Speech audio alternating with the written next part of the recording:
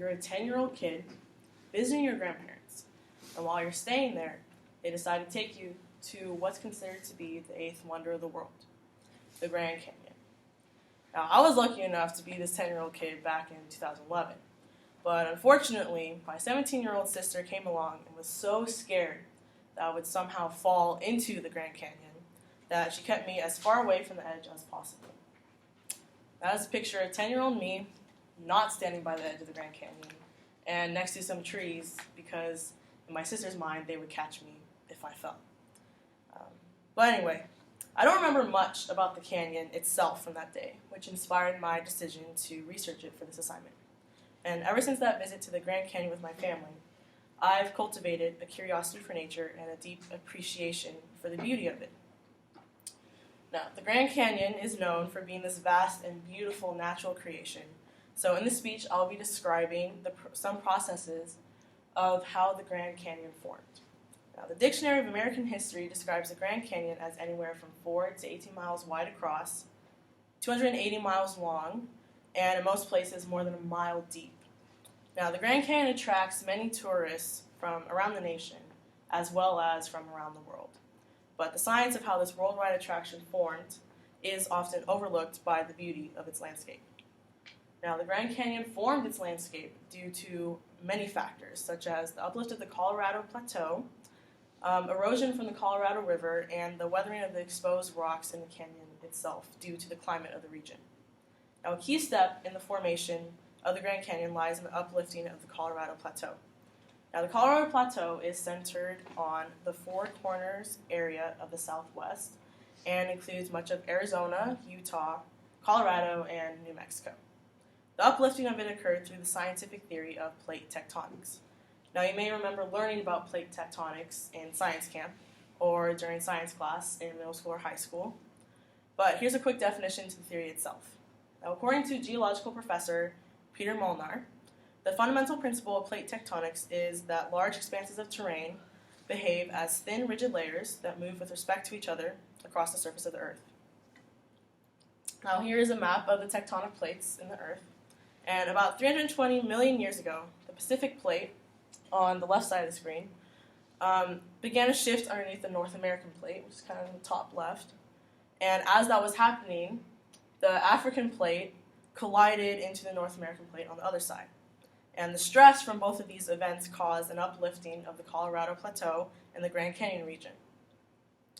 Now, the rising of seawater from the Pacific Plate affected the Colorado River as the inclusion of active upwellings had a change of the tilting direction of the Colorado River consistent with the southwest carving of the Grand Canyon, according to a 2010 research article of the Colorado Plateau. Now, this uplift of the Grand Canyon resulted in higher rates of erosion because the increased elevation and exposure made it more vulnerable to the elements like the river and wind. Now, the erosion from the Colorado River is one of the most well-known reasons why the Grand Canyon's landscape looks the way it does today. In fact, the 2010 book, Geomorphological Landscapes of the World, that book considers the Grand Canyon of the Colorado the best-known example of fluvial canyon erosion on planet Earth. Fluvial meaning river. As rivers flow, they weather and erode the surface of the Earth around them and carry these small pieces of rock, sand, and dirt from one place to another.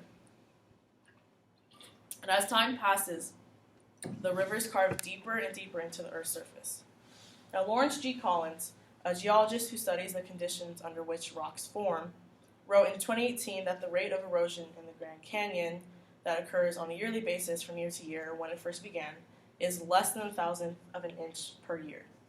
That's less than 1,000th of an inch per year. That's comparable to how thin your piece of hair is. And after the million of years that passed, the Colorado River cut so deeply into the Earth's surface that the canyon formed. Finally, the climate of Arizona, where the Grand Canyon is, affects the weathering of the exposed rock in the canyon itself. The southwest part of the nation is in a semi-arid climate, meaning instead of thick soil and a lot of trees covering the surface, solid rock is at the surface of the ground. And here's a map of the different climates in the nation. That little blue dot in Arizona, over here, that's about where the Grand Canyon is, and as you can see, it's in semi-arid climate. So that being said, because the ground is just solid rock, rain, when it falls, doesn't have soil to soak into, so it runs off the ground and carries away grains of rock. And water that freezes into cracks in the rock eventually thaws, as water does, and widens the crack, which produces rock falls. The National Park Service explains in their 2015 Grand Canyon Geology book that each of the rock units in the canyon erodes in its own manner, yielding the characteristic step pyramid look of the canyon. Shales erode to slopes, while harder sandstones and limestones tend to form cliffs. Additionally, the rocks in the canyon hold trace amounts of various minerals, which gives the Grand Canyon its variation in color, as you can see here. Most contain iron, which gives the canyon subtle hues of red, yellow, and green to the canyon walls.